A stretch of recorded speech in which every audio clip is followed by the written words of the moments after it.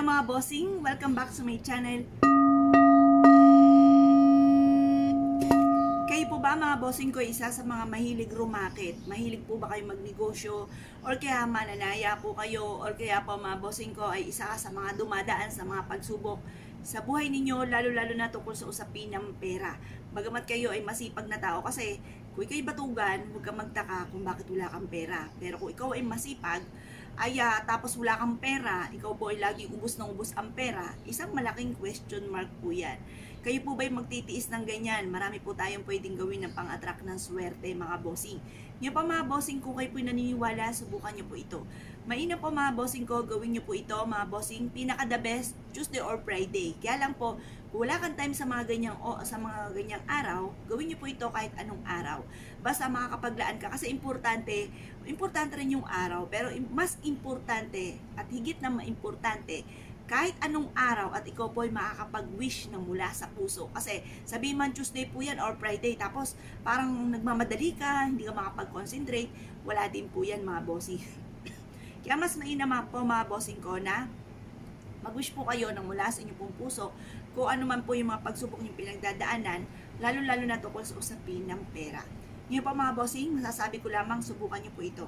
Kailangan lamang po natin mga bossing ko ng bulak at ganoon din po ang dahon ng laurel. Ang bulak ay para gumaan ang daloy ng swerte at ang dahon ng laurel mga bossing ko ay pang-only wishes mga bossing. Kahit anong pwede nyo siyang i-wish basta mula sa puso, yun nga po kahit anong araw basta maglalaan ka ng ilang minuto, makakapag-wish ka ng mula sa inyong pong puso. Taimtim na pananangin. Sabi niyo po sa pamamagitan ng dalawang sangkap na ito ay magtutuloy-tuloy ang agos ng swerte at kailanman na hindi na mamumblema tungkol sa usapin ng pera. Matutupad lahat ang mga pangarap ko at kung ano man ang mga pagsubok o pinagdadaanan, ito'y pagdadaanan ko lamang at hindi ko tatambayan. Basta i-wish na ako ano yung gusto po ninyo. Magkaroon ako ng sarili kong bahay, magkaroon ako ng sarili kong negosyo na dito na ako yayaman. Idediretso mo nyo yung salitang dito na ako yayaman. Kasi ako pa nag-wish, gusto ko magkaroon ng negosyo, pagkalooban ako ng negosyo, pero hindi naman doon yumaman. Instead na yumaman ay nabankrupt mga bossing ko at nalubog pa sa pagkakautang, o, diba mga bossing?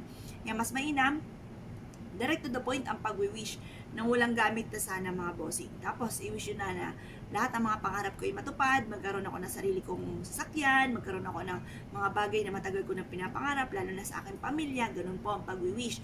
Walang sana. At i-mindset nyo na kayo magiging matagumpay, dagdagan lalo na sipag at tiyaga. At yun nga po, huwag kang makakalimot magdasal. Ako pa mga bossing, kapag nakalimot ako magdasal, baba, ang dami ko ginagawa mga bossing, wala na sa isipan ko. Tapos, yun nga po, hindi nagiging maganda yung buong araw. Kapag ako na may nagdasal, ay nako, pak na pak mga bossing. Talaga namang, sabi ko, mahal na Panginoon, mahal na Birhen. Tatlo ang aking tinatawag lagi. Ang mahal na Birhen, tapos ganoon din po ang mahal na Santo Niño at si Papa Jesus. Like ko sinasabi, salamat po ng maraming. Mangiyak-ngiyak pa nga ako sa tuwa mga bossing. Yun, kaya mas mainam, kaya masasabi ko sa inyo, isa sa mga pinaka-the best na bawat araw. Huwag po kayong makakalimot magdasal. I-wish nyo ko ano yung gusto po ninyo mga bossing. Tapos, subukan nyo po ito para wala na kayong pagkukulang. Kasi halimbawa, may nagsabi, huy, ako'y nanood ng ganito. Alam mo, ginawa ko, nalagay ko nga sa wallet ko, pero nagkaroon nga ako ng maraming pera. Naniniwala ka dyan, sasabi mo ganyan. Tapos, mabalitaan niya, nanalo po siya. Tapos, ay, sayang, dapat pala gumawa. Parang wala ka ng pagsisisi pa. Yun ang ibig ko pong sabihin, mga bossing. Ngayon pa, mga bossing, isiksik nyo lang ito sa inyo pong pitaka, sa inyo pong bag, sa lagay ng inyo pong pera, upang sa ganoon, magtuloy-tuloy ang pasok ng swerte, at hindi na kayo muli mamalasin pa. Or kung mamalasin may pagsubok pang pinagdadaanan, pagdadaanan nyo lang ito, at hindi nyo po ito matatambayan mga bossing. Kaya ako po yung naniniwala mga bossing, asya. Good luck po sa inyo po lahat.